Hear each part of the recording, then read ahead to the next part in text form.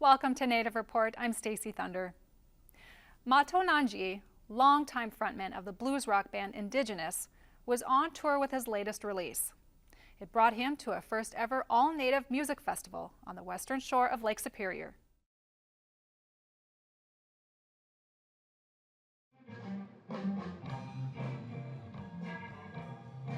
As the wind blows across Bayfront Park in Duluth, Minnesota, bands are making their final sound checks for what is billed as the first ever all-native music festival in the city and surrounding region.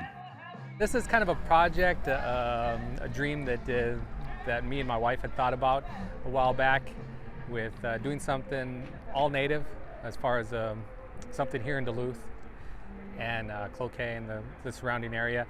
And we thought, since I was at the Fond du Lac College, my wife is an instructor there.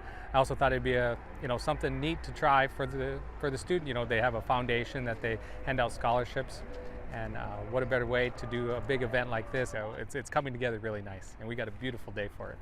For a few years I've been thinking about having a Native music festival, and then I tried a little here and there to do things, and eventually it's snowballing maybe. I don't know, maybe that's the wrong term, but we're trying to get momentum going in that direction to bring more awareness about Native music and musicians and culture.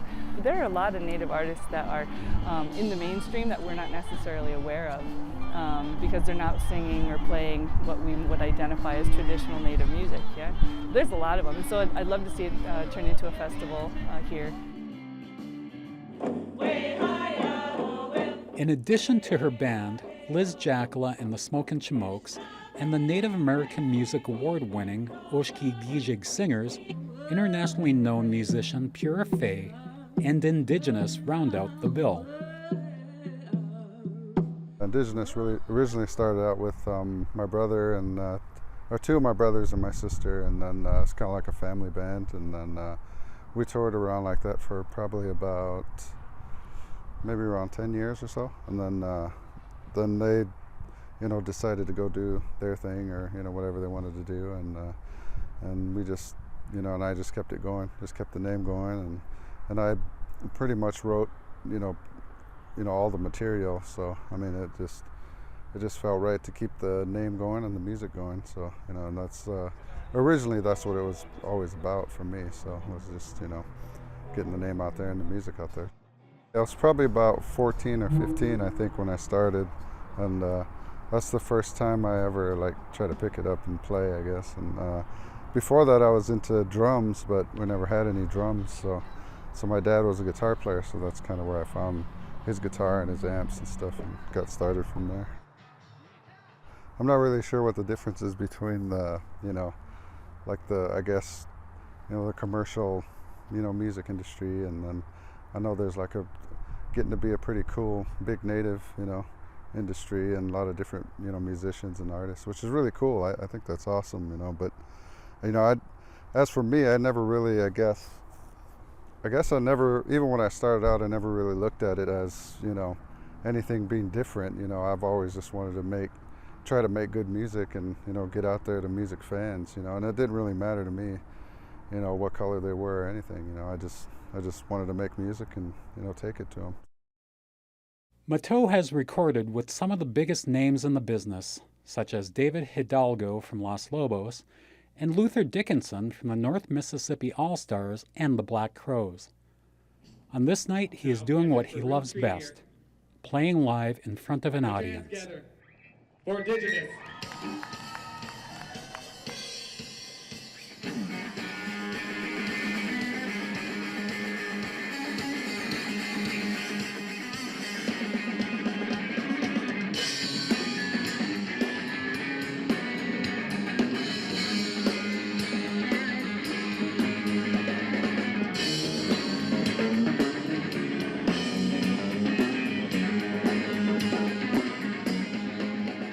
Jimi Hendrix, grew up listening to Jimi Hendrix, Santana, just all the blues greats, Albert King, Freddie King, and Stevie Ray Vaughan, just a wide range. Plus I grew up in the 90s too, so I grew up listening to you know, Pearl Jam, Black Crowes, and, you know, just different bands like that too. So I kind of had an influence on me, you know, on my music, I guess, you know, and kind of approach it a little different.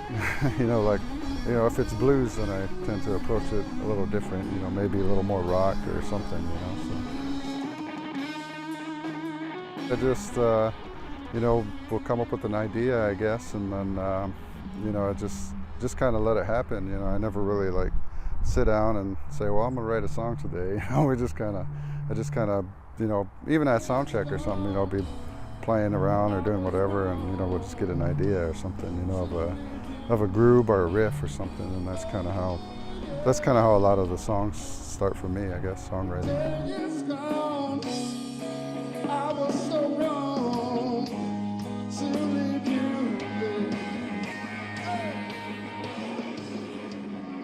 A lot of times just listening to other music too, you know, other people's music and writing is a big influence too, so you could do, you know, come up with ideas there. I don't know, for me it's just a lot of fun, you know, to be able to, you know, to do that and, you know, just come up with different ideas. Just keep trying to stay busy and get out there and try to get to as many fans as we can, music fans.